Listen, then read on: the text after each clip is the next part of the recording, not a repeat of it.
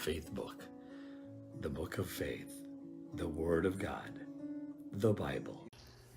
Muling magandang araw mga kapatid sa Hillcrest at mga nanonood sa atin na mga partners natin dyan sa Pilipinas at sa iba't ibang lugar ng mundo.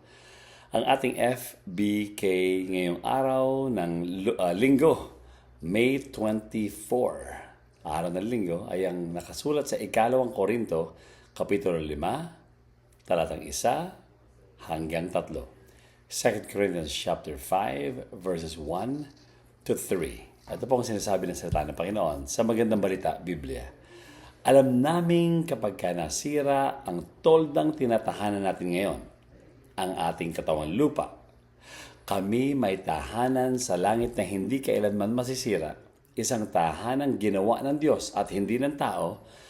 Dumaraing kami habang kami nasa toldang ito at labis na nananabik sa aming tahanang makalangit upang kung mabihisan na kami, nito ay hindi kami matagpuang hubad.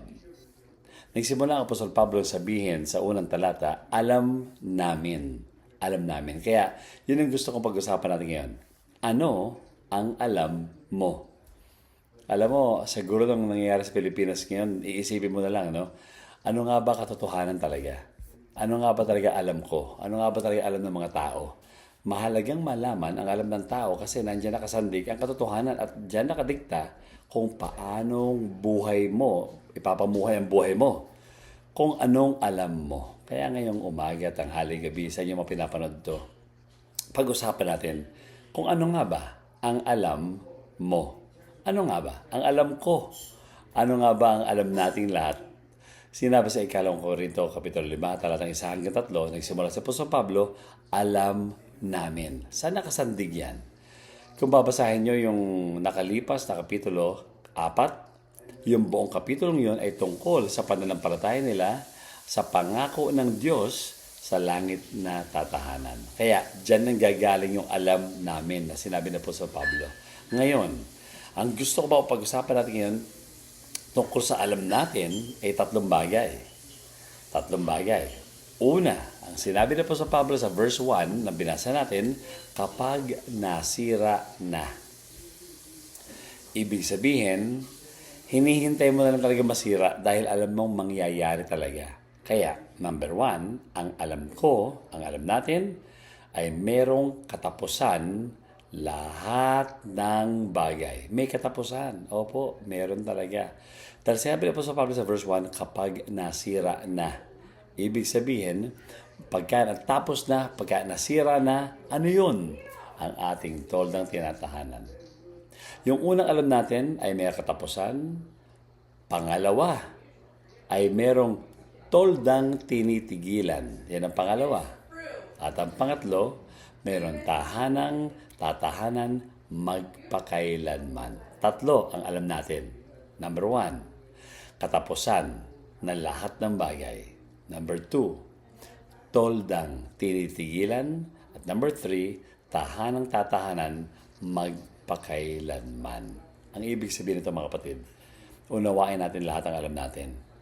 Malapit na matapos ang lahat ng mundo. Malapit na po pagka dumating si Kristo. Ang ating toldang tinitigilan ay pansumandali lang. Hindi pansamantala. Pansamantala lamang. Pansamantala. Kaya yung ating toldang tinitigilan ay sandali lamang. Ngunit ang tahanan nating tatahanan ay magpakailanman. Yan po ang ating encouragement sa ating FBK ngayon. Sa ikalawang Korinto Kapitulo 5, talatang 1 hanggang 3, at ang dalangin namin, tingin namin sa Panginoon, magkaroon kayo ng kaaliwan sa inyong mga narinig, katatagang pananampalataya, at lalo po karunungan sa mga desisyong ating ginagawa. Ngayong araw to na May 25, actually Lunes kung ginagawa to ng umaga rito, Lunes ng gabi yan, ay Memorial Day dito po sa Amerika.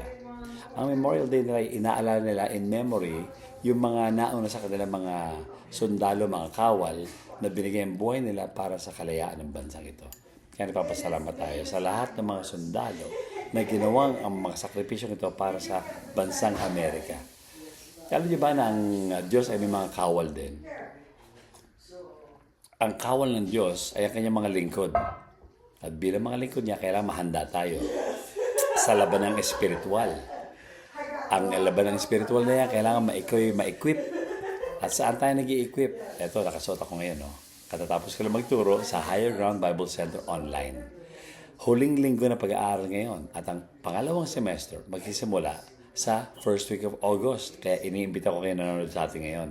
Kung gusto yung informasyon tungkol sa first week ng August, o isang dalawang buwang pamigit yan, bakit hindi kayo sumali? Para maging handa tayo at maging maalam tayo sa lahat na nangyayari. Dahil ang ating pinag-usapan, ano ang alam mo? Pagpalagi ng Panginoon mga kapatid, mula dito po sa Grand Rapids, Michigan, binabati namin kayo ng magandang araw, magandang buong sanlinggo sa ating FBK Everyday. Paalam po.